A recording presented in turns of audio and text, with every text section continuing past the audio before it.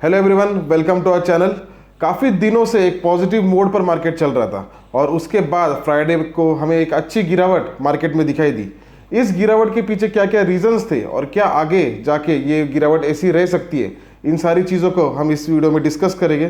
कुछ दिन से निफ्टी और बैंक निफ्टी दोनों मार्केट्स इतने स्ट्रांग बिहेव कर रहे थे, ऐसे लग रहा था कि करीबन बैंक निफ्टी 50,000 तक पहुंच जाएगा और जो निफ्टी है वो 23,000 तक पहुंच जाएगा, जो कि काफ़ी नज़दीक भी मार्केट पहुंच चुके थे। उसके बाद में फ्राइडे को जो हमें गिरावट दिखाई दी वो कुछ हद तक जो ट्रेडर्स थे उनके लिए एक शॉकिंग थी। इस मार्केट के गिरावट के पीछे जो ड्राइविंग एक फोर्स थी वो थर्सडे को जो यूएस सीपीआई इन्फ्लेशन का जो डेटा निकल के आया था वो काफ़ी हाई लेवल्स पर निकल के आया था। यूएस का इन्फ्लेशन का डेटा करीबन 3.5% पर आया था, जो लास्ट मंथ में 3.2% पर था। तो अगर देखा जाए तो इन्फ्लेशन कुछ हद तक बढ़ चुका था और उसी की वजह से यूएस मार्केट्स भी और अन्य भी सारे मार्केट्स कुछ हद तक हमें प्रेशर में दिखाई दिए थे। और जब ये डेटा रिलीज हुआ था तब मैंने हमारा जो फ्री टेलीग्राम चैनल है उसकी लिंक इस डिस्क्रिप्शन में दी गई है, उसमें मैंने अपडेट कर दिया था कि इन्फ्लेशन का डेटा बहुत खराब दिखाई दे रहा है और उसकी वजह से कुछ हद तक प्रेशर में मार्केट दिखाई दे सकता है। जिनको भी लाइव मार्केट में अपडेट जानने होंगे या फिर जो भी कुछ चीज़ें लाइव मार्केट में होती है तो वो सारी चीज़ें मैं अपडेट करते रहता हूँ उस ग्रुप में, तो आप उसको ज्वाइन कर सकते हो। वो पूरी तरह से फ्री ग्रुप है। बेसिकली यूएस का जो इन्फ्लेशन का जो डेटा निकल के आया अभी उसका जो टारगेट है वो करीबन 2% का टारगेट रखा है। जो गवर्नमेंट ने जो टारगेट रखा है कि इन्फ्लेशन जब 2% पर आएगा तब वो इंटरेस्ट रेट्स को कट करना शुरू कर देंगे और इसमें कम होना छोड़कर इन्फ्लेशन अगर देखा जाए तो मंथ ऑन मंथ बेसिस पे कुछ हद तक बढ़ा था, तो ये एक नेगेटिव खबर थी। इसमें से ये दिखाई दे रहा था कि शायद आगे जाके इंटरेस्ट रेट्स कट ना हो और कुछ हद तक यही इंटरेस्ट रेट्स यूएस में हमें दिखाई दे सकते हैं। बेसिकली इंटरेस्ट रेट के पीछे इतना क्यों ये चलता है, बेसिकली क्या होता है कि इन्फ्लेशन जब कम होता है तब इंटरेस्ट रेट को कम किया जाता है। इंटरेस्ट रेट को जब कम किया जाता है तब बोरोइंग्स जो होती है, जो भी लोग होते हैं या फिर जो भी कंपनीज होती तो वो और ज़्यादा लोन लेती है और फिर उसी फंड को एक्सपेंशन में या फिर बिजनेसेस में लगाती है और ये सब करने के बाद उसमें बिजनेसेस को फायदे होते हैं, एक्सपेंशन होते हैं, प्रॉफिट्स होते हैं और रिस्पेक्टिवली इसी वजह से फिर जो स्टॉक प्राइस होती है वो भी ऊपर जाना शुरू कर देती है।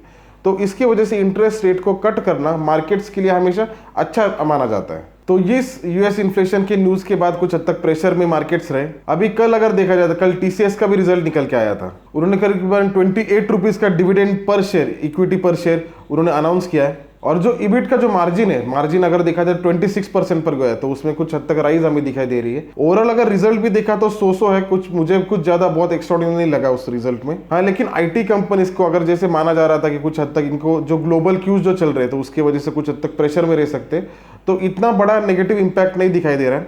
यूनाइटेड किंगडम में अगर देखा जाए तो उसमें अच्छी ग्रोथ दिखाई दे रही है।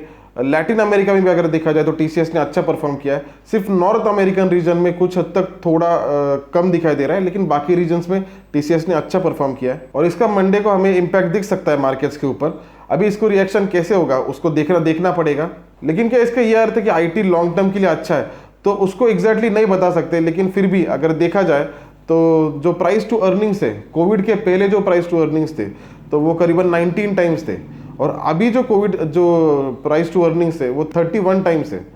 तो 31 टाइम्स इतने ह्यूज वैल्यूएशन आईटी में चल रहे हैं और ज़्यादा से बढ़ के भी कंपनीज कितने बढ़ेंगे, तो 6 to 7%।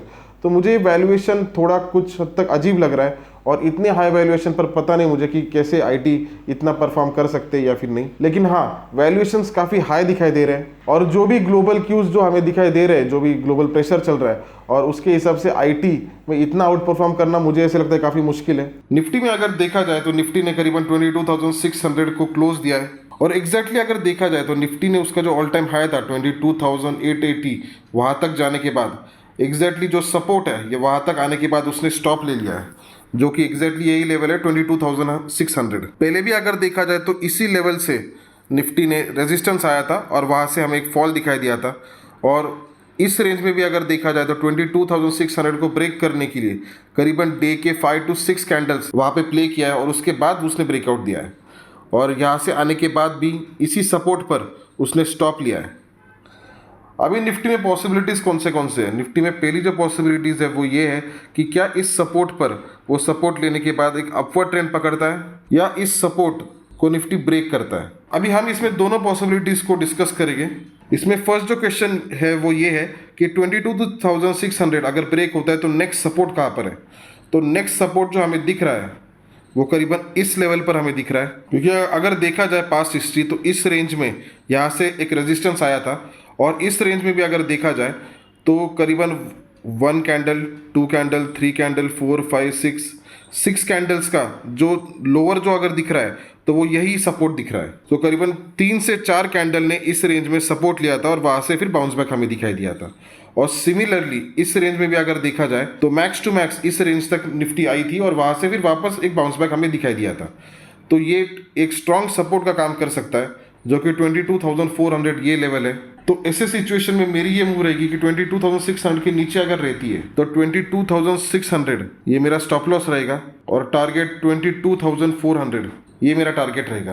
22,400 अगर मिलती है तो अगर टारगेट अचीव होता है तो उसमें मैं फिर 1 आवर टाइम फ्रेम पे उसको वॉच करूंगा। अगर वहां से बाउंस बैक अगर मिलता है मुझे तो 22,400 का स्टॉप लॉस रखकर मैं 22,600 तक वापस उसमें ऐसी पोजीशन बनाऊंगा, 22,600 मेरा टारगेट रहेगा। तो बेसिकली ये फर्स्ट पॉसिबिलिटी है। दूसरी जो पॉसिबिलिटी है वो ये है कि अगर यहीं से निफ्टी ने अगर बाउंस बैक दे दिया तो 22,600 ये मेरा स्टॉप लॉस रहेगा। नॉट एग्जैक्टली 22,600, 22,550 ये मेरा स्टॉप लॉस रहेगा। अगर निफ्टी ऊपर अगर निकलती है और मेरा टारगेट जो रहेगा वो वापस ये जो हाई था ये मेरा टारगेट रहेगा, जो 22,850 ये मेरा टारगेट रहेगा। अभी हम देखेंगे कि बैंक निफ्टी में क्या क्या हम एक्सपेक्ट कर सकते हैं। ये बैंक निफ्टी में अगर देखा जाए तो बैंक निफ्टी ने भी करीबन उसका जो हाई किया था वो करीबन 49,000 तक जाने के बाद उसने एग्जैक्टली इस सपोर्ट पर आने के बाद उसने एक स्टॉप लिया है।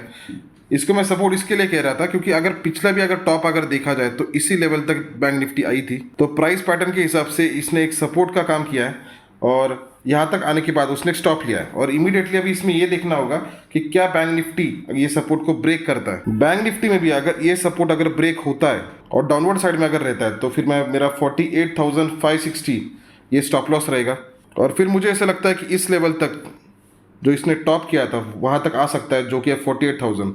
सो मेरा टारगेट रहेगा 48,000। और सिमिलरली अगर यहाँ पे सपोर्ट अगर बैंक निफ्टी लेता है तो 48,400 ये मेरा स्टॉप लॉस रहेगा। मेरा वापस 500 पॉइंट्स का टारगेट रहेगा, जो कि 49,000 ये मेरा टारगेट रहेगा। तो इस हिसाब से या फिर इस तरीके से मैं बैंक निफ्टी में ट्रेड करूंगा। काफी सिंपल वे रहेगा क्योंकि बहुत ज्यादा कॉम्प्लिकेट करने की कोशिश नहीं करूंगा, क्योंकि कुछ अगर न्यूज यूएस को लेके या फिर दूसरे कुछ न्यूज भी अगर आती है तो उसमें बड़े ट्रैप हम ना हो और दोनों डायरेक्शन में, अपवर्ड डायरेक्शन या फिर डाउनवर्ड डायरेक्शन हो, दोनों डायरेक्शन में हमें मूव मिले और जो स्टॉप लॉसेस भी हो वो भी कंट्रोल में रहे। इस तरीके से मैं ट्रेड करने की कोशिश करूंगा। आई होप ये वीडियो आपको बेनिफिशियल रहे। Thank you.